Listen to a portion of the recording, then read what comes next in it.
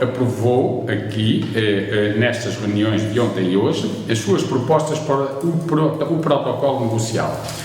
O que é que nós podemos dizer desde já do que nos foi dito pelo Ministério da Educação? É que eles querem atirar esta revisão, este estatuto revisto e valorizado para 2027. O Ministério disse-nos a nós que queria prolongar a negociação ao longo do ano que vem, com a realização de uma reunião mensal. Em novembro iria o Governo aprovar um projeto de lei e em dezembro iria entregá-lo à Assembleia da República. O que é que isto quer dizer? Que se a Assembleia da República vai receber um projeto de lei com o ECD em dezembro, evidentemente que não vai recebê-lo e aprová-lo, vai recebê-lo e vai abrir a discussão, o debate e uma aprovação, que certamente será para janeiro, para fevereiro, para quando for. Ou seja, em 2025, que se nós falamos em dezembro de 2025, que é quando chega à Assembleia da República, o Orçamento do Estado para 2026 já foi aprovado.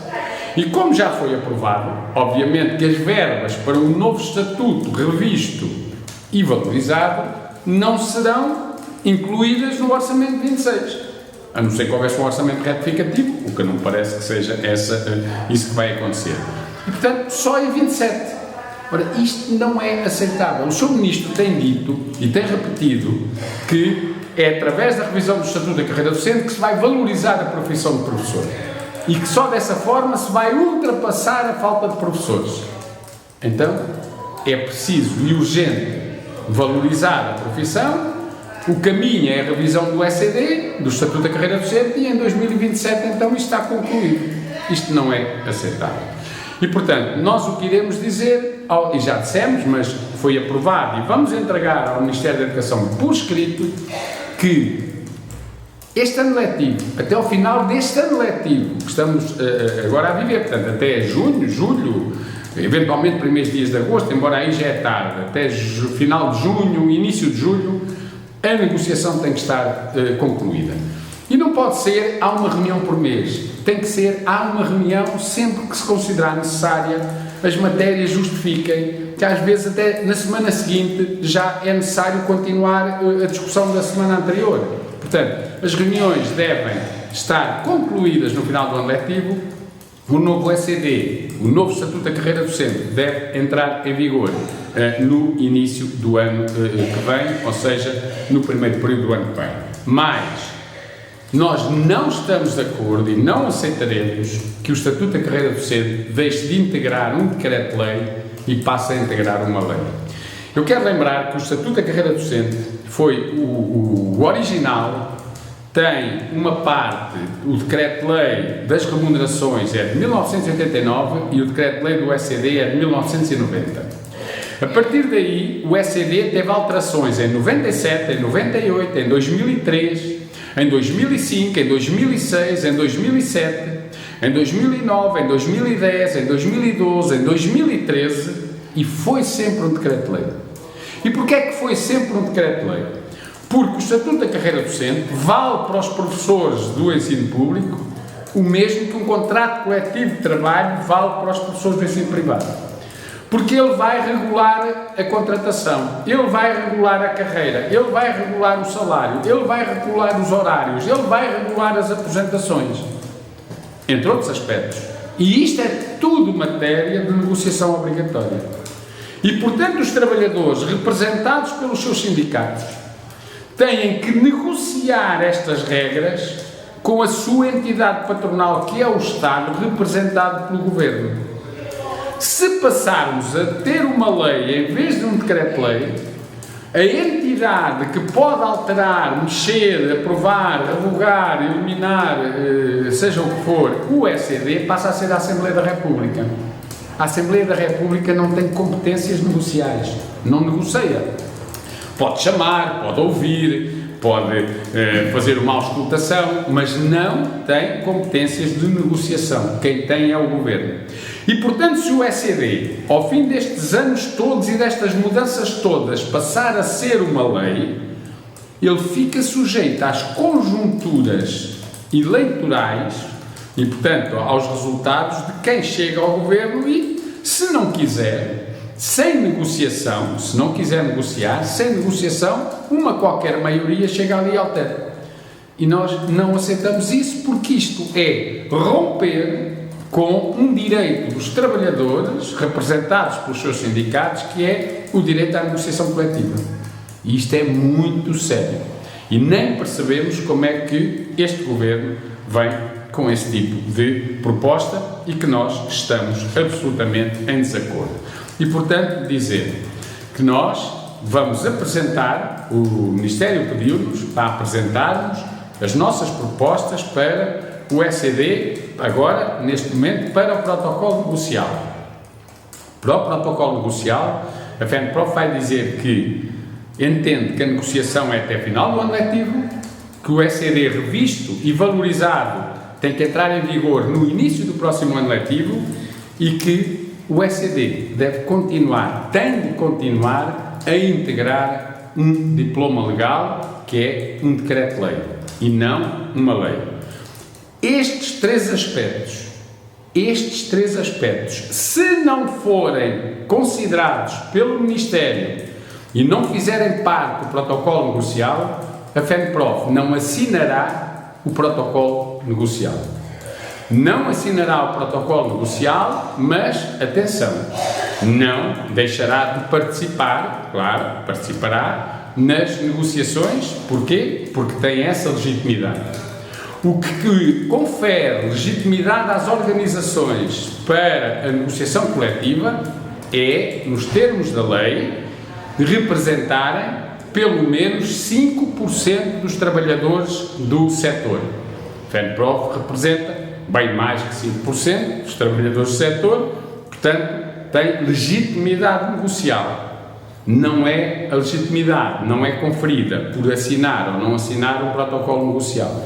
E, portanto, fica desde já clarinho que se o Ministério não aceitar estas três condições, e eu repito-as, até ao final do ano letivo a negociação, próximo ano letivo a entrada em vigor e manter o ECD no decreto-lei, não haverá da parte da FENPROF acordo em relação ao protocolo negocial e, portanto, não o assinará.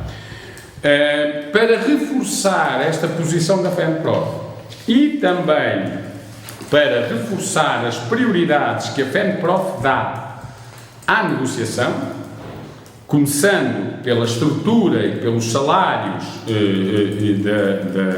da carreira, depois ainda a avaliação do desempenho e a seguir às condições de trabalho, em quarto lugar a formação e o ingresso na profissão, os direitos e deveres e, por último, as faltas, férias e licenças e o regime disciplinar, por esta ordem, mas também para reforçar as condições para a negociação e para o protocolo negocial que iremos colocar ao Ministério, foi aprovado e entrará amanhã em circulação, ainda hoje talvez, um abaixo-assinado que os professores irão subscrever, reafirmando as posições que a FENPROF aqui trouxe sobre a negociação.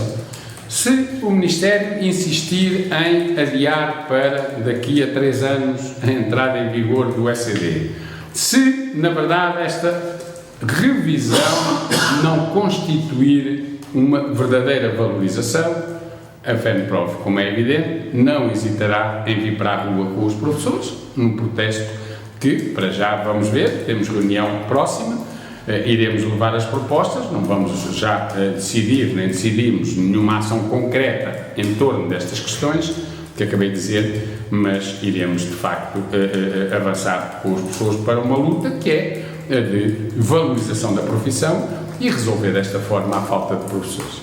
Qual é o prazo que a FENPROF dá para ter esta resposta? Não, o prazo é a próxima reunião. A próxima reunião penso que é 12 de dezembro. Nós, o Ministério pediu que as organizações enviassem até ao dia 29 de novembro as propostas para o protocolo.